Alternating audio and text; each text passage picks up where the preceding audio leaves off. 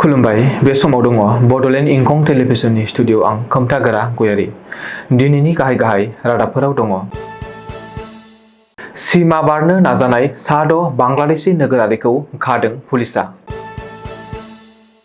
BLAनि गाग्लोबनायाव सा10 पाकिस्तानी जवान थैदों। रायमना हायुङारि पार्कआव दंफां लायनो हाग्रायाव थांनाय समाव सासे गोमादों। आसाम मिजोरामनि सीमा जेंनाखौ सावरायनो मिजोरामनि गिबि मन्थ्रिया गुवाहाटीआव नुजाथिहैदों। हादोरनि बेरेखा गाज्रि बिबुंथि होनायनि थाखाय बेहालीआव सासे सुबुङा खाजादों। 8 बोसोरनि हिन्जावसाखौ जिनाहारि खालामनायनि दायाव सासे लम्पटखौ खादों। दिल्लीनि दोंसे लामाखौ बर'नि बिफा उपेन्द्रनाथ ब्रह्मनि मुङाव दोननाय जागोन। दानिया फैदिनि आबुं रादाबाव।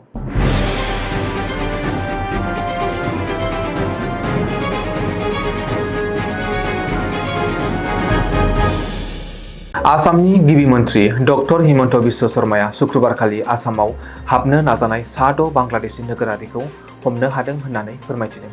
मिन्थिनो हानाय बादिब्ला श्रीपुंनि पुलिसनि गोख्रों नाजानायाव रायजोआव आयेननि बेरेखायै सीमा बारना हाबफैखुमानो नाजानायखौ गोख्रोङै फेलें खालामनानै होदों होननानै समाजारि बिजों टुइटारनि गेजेरजों बुंदों।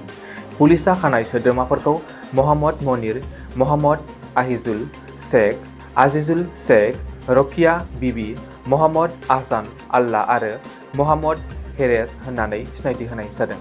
बेनि अनगायैबो सीमा बारना हाबफैनायखौ जेनिबो सहाय होआजासेनो गावसोरनि हादराव फिन दैथायहरफिननाय जादोंमोन होननानै गिबि मन्थ्रिया बुंबावदों। बेबादिनो थांनाय हाप्तायाव सोरखारि railway police, railway protection force, border security force आरो इन्टेलिजेन्स एजेन्सिया जयै लोगो नांना गोख्रों अपारेशन खालामना आगरतलायाव सासे आइजोजों लोगोसेनो गासै सा3 बांग्लादेशी नोगोरारिखौ खानो हादोंमोन। कलकाता लामाजों खोला रायजो फारसे दावबायलांनायनि थांखियै बिसोरो गनायथि गैयाजासे रायजोआव हाबफैखुमादोंमोन होननानै रिपर्टआव बुंदों। हमजानाय सोद्रोमाफोरखौ कामरुप नेशा, मोहम्मद इस्माइल हुसैन आरो मोहम्मद नुर हुसैन होननानै सिनायथि होनाय जादों। बलुच लिबारेशन आर्मीआ पाकिस्ताननि गौटानि साखाथियाव गिख्रंथाव गाग्लोबनायनि सायाव गावसोरखौनो रोखायै फोरमायथिनानै लादों। मिन्थिनो हानाय बादिब्ला BLAआ रिमोट कन्ट्रल गोनां इम्प्र'भाइज एक्सप्ल'सिभ डिभाइस बाहायनानै पाकिस्तान आर्मी कनभयखौ थांखिनानै बेफ्रुखांहोदोंमोन। गुबैयै बे गाग्लोबनाय जाथाया मार्केटआव जादों, जेराव बेफ्रुहोनायाव गारि खहा जानायजों लोगोसेनो गासै सा10 पाकिस्तानी जवानफोरा थैदोंमोन होननानै BLAनि मावफारियाफोरा फोरमायथिदों। BLAनि बुंथिगिरि जियान्ड बेलुचआ बिजोंनि गेजेरजों फोरमायथिनाय बादिब्ला बलुचनि लाइमोनफोरा ओनसोलाव सेख'फैनानै थानो नाजानाय गोहोखौ फोजोबस्रांनायाव जाफुंसारदों होननानै बुंदों।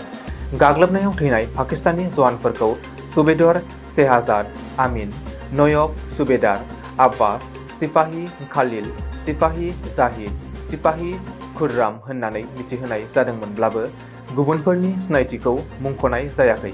बेराफारसेथिं थांनाय 1 दाननि सिगां बलुच मावबादियाफोरा जफर एक्सप्रेस मुंनि गंसे ट्रेनखौ हाइजेक खालामना गासै सा339 दावबायारिफोरखौ खाना लाखिनायनि उनावनो बे दुंहाव जाथाया सोराङाव फैदोंमोन होननानै रिपर्टआव बुंदों।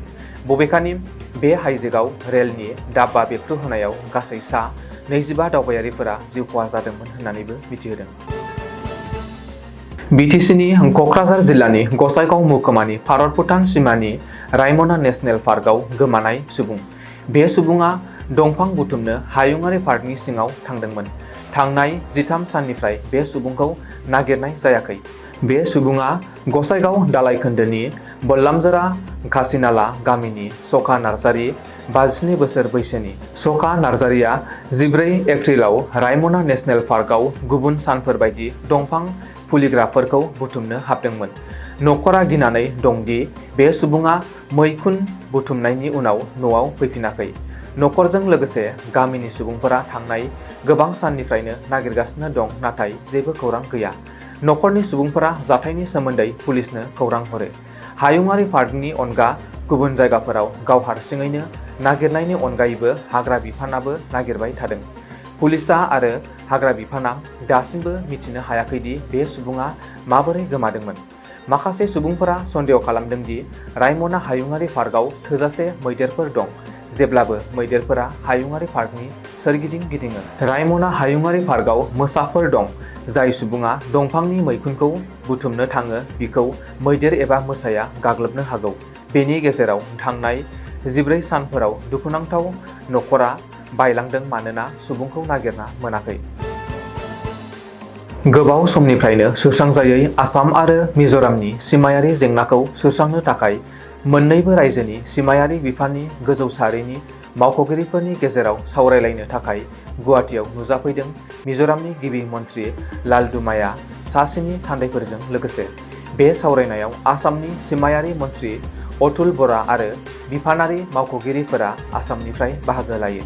मिज'रामनि फ्राय नखर बिफाननि सेक्रेटारि, जइन्ट सेक्रेटारि, एडिशनेल सेक्रेटारि आरो नखर बिफाननि गुबुन गुबुन मावख'गिरिफोरा बे सावरायनायाव बाहागो लायो। उननि समाव आरोबाव सिमायाव थांथारनानै मोन्नैबो रायजोनि मन्थ्रि लेभेलाव सावरायबावगोन होननानैबो मिथिहोदों। हादोरनि बेरेखा गाज्रि बिबुंथि होनायनि थाखाय बेहालीयाव सासे सुबुङा खाजादों। मख'नो गोनांदि मिरुनि छात्र मुक्ति संग्राम समितिनि लोगो नेहाथारि अनिल बनियाखौ शुक्रबारखालि बिश्वनाथ जिल्लायाव बेहाली पुलिसआ खादों। मख'नो गोनांदि हादरनाङै सोमावग्लुंनाय पहेलगामआव जानाय जाथायनि सोमोन्दै मोनसे भिडिअ'नि गेजेरजों गाज्रि बिबुंथि होनायनि सायाव खानाय जादोंमोन अनिल बनियाखौ। डिब्रुगड़ जिल्लायाव शुक्रबारखालि मोनसे मुगैथाव जाथाय जेराव सासे 8 बोसोर बैसोनि हिन्जावसाखौ सासे 50 बोसोर बैसोनि लम्पटआ जिनाहारि खालामनाय जाथाया सोराङाव फैदों। बे जाथायनि गुबै दायनिगिरि सतिन्दर शाह मुंनि दुथांखौ डिब्रुगड़ पुलिसआ पक्स' आयेननि गेजेरजों खानाय जाबाय।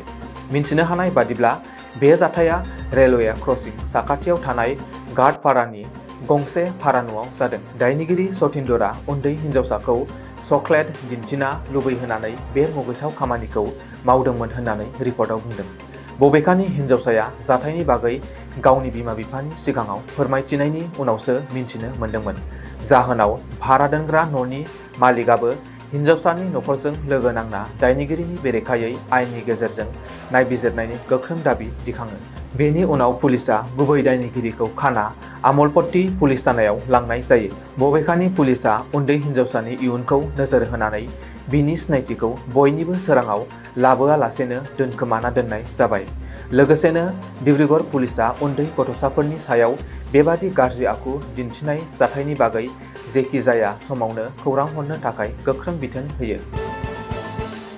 मोनसे मख'जाथाव खौरां दि दिल्ली नोगोर निगम एबा Delhi municipal corporation A5, A18 कौशाल कल'नि र'डनि मुंखौ बर'नि दैदेनगिरि थामहिनबा बर'नि बिफा उपेन्द्रनाथ ब्रह्म मुं दोननो थाखाय अफिसियेलि फोसावनानै होबाय। मख'नो गोनांदि बर' माहारिनिनो बिफा होननानै बयजोंबो मानिजानाय बड'फा उपेन्द्रनाथ ब्रह्मनि मुङै हादरनि राजथावनियाव थानाय दोंसे लामानि मुं दोननो थाखाय आसाम दावबायनाय समाव मिरुनि नखर मन्थ्रि अमित शाहआ आसाम दावबायफैनाय समावनो फोसावदोंमोन। मख'नो गोनांदि मिरुनि नखर मन्थ्रि अमित शाहआ थांनाय 16 मार्चखालि बड'लेण्डनि गासैबो सोद्रोमाफोरा उपेन्द्रनाथ ब्रह्मनि दैदेननाय लामाजों थाबायगासिनो दङ, जायनि जाहोनाव मिरुनि सोरखारा दिल्लीनि दोंसे लामानि मुंखौ बड'फा उपेन्द्रनाथ ब्रह्म मार्ग दोननो थिरां लानाय बाथ्राखौ बुंदोंमोन। बेनि अनगायैबो बिथाङा मदि सरकार आरो आसाम सरकारा बड'फा उपेन्द्रनाथ ब्रह्मनि मोनफ्रोमबो सिमांखौ मोगथाङाव जाफुंहोगोननि बाथ्रा बुंदों। बेबायदियैनो दिल्ली नोगोर निगमा कौशाल कल'नि र'डनि मुंखौ बर'नि बिफा उपेन्द्रनाथ ब्रह्मनि मुं दोननो थाखाय अफिसियेलि फोसावनानै होयो। दिनैनि रादाबा एसेनोसै, गोजोन्थों।